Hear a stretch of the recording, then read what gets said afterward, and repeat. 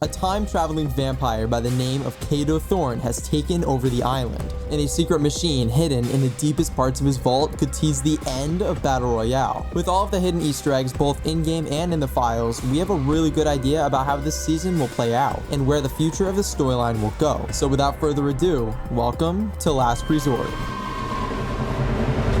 Kato Thorne and his fancy estate are scattered across the island, with each POI holding pieces of his grand collection. It's heavily guarded at all of the locations and sealed behind indestructible glass. It consists of a wide assortment of items from our past. Some interesting objects that he possesses consists of Midas's hand, a head from a statue in the jungle, swords and shields, and even something called Looper Calendar in the files. This object has all of the 7 symbols on it except the sisters that seem to be surrounding the vault from chapter 1. But while this seems like an important object, something much more powerful lies deeper in Kato Thorne's vaults. When breaking into the vault at Eclipse Estates, we can run to the very end of it to heist the item of our choosing. But when arriving there, we can see another vault door at the back of the room, and this time, there's no key card to open it. It's completely locked. You may be asking, what does Kato Thorne have hidden behind there? As it turns out, the cinematic trailer for Season 4 shows us exactly what it is. A time machine. All of the items from the past that Kato collects are actually stolen via this device that he uses to travel across time. Even though the vault is locked in-game, some of the particles for this device already exist behind the door, exactly where the device will end up being in-game. This pretty much confirms that this time machine will be available for us to see eventually.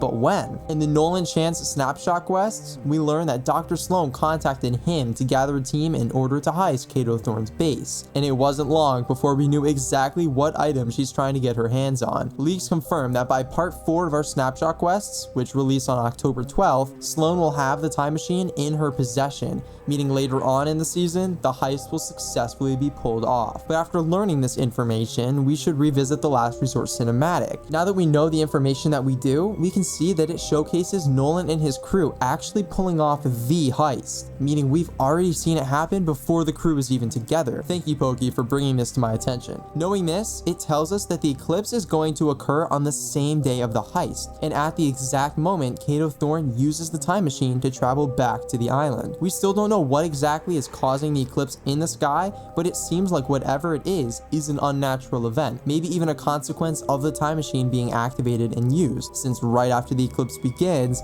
the time machine surges back online. With that being said, around October 12th, we should see both the time machine and the eclipse in-game, and most likely Kato transformed into his vampire style since it'll be during the eclipse, which makes the perfect plot for Fortnite. Last year, Fortnite started on October 18th, and a year before that on October 5th. Part 4 of our snapshot quests releasing on October 12th can line up perfectly with a Fortnite release date, making the eclipse and the big heist happen for the Halloween event. We've also had a previously leaked vampire boss for our upcoming Fortnite, and it makes all the more sense now that we know Kato Thorne is a vampire. So all in all, we should be expecting to see Kato transform into a vampire boss in the absence of light created by the eclipse for Halloween. And just like the cinematic shows, the heist should also happen when the eclipse happens, eventually leading to Slone having possession of the time machine by the end of our part 4 quests. Another file that's related to the time machine in the files is an hourglass-shaped battery, so we can assume that some of our final quests in Season 4 will be helping power it up. But once again, we run into another question. Why does Slone want the time machine, and how did she know Kato Thorne had it? Looking back to Season 3's final quests, Slone mentions that the eclipse is the key.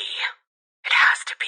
Seeing as to how Kato Thorne's guards and group is called the Eclipse, we now know that she was directly referencing Kato's group. This means she actually knows them and has dealt with them before. And more proof that she knows them is when she mentions that whatever was arriving to the island was emitting a signal that she recognized. While it is currently unknown how exactly Kato Thorne and his estates arrived onto the island, it's clear she knew them. It's very possible that with all the time traveling Kato Thorne has been doing, he might have run into the IO in the past when they were all still around. This would also make sense as to why she knew that he had a time machine, and that activating the apparatus would bring them to the island so she can gather a team to steal it. So we know that Dr. Slone knew who they were and that her entire plan all along was to heist the time machine.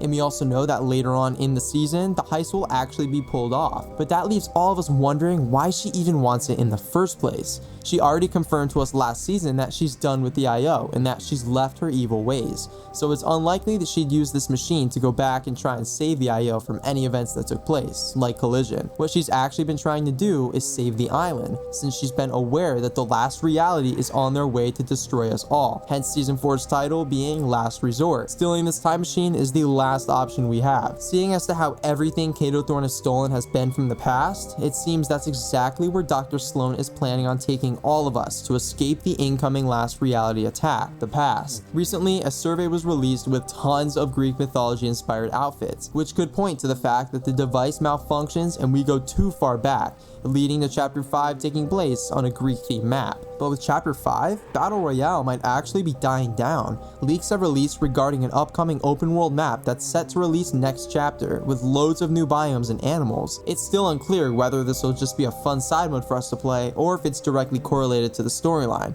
But if it is, it could soon take the place as the main game mode for Fortnite's story, with Battle Royale just being a map to fight on. Well, that would be a huge change. Nothing is confirmed, so only time will tell. The last thing I wanted to cover in this video are the tiny leaks for our Chapter 4 finale event, codenamed Durian. So far, we know it'll have 6 phases, and a cinematic will be played during it at some point. But the interesting part is that we'll be riding grind rails and switching between them. To me, this sounds like we'll be trying to escape from something. Possibly even the island is in shambles, and we're riding the grind rails around while trying to dodge the debris and get to the time machine so we can escape to the past. Because just like Optimus Prime said last season, the key to your future lies in the past.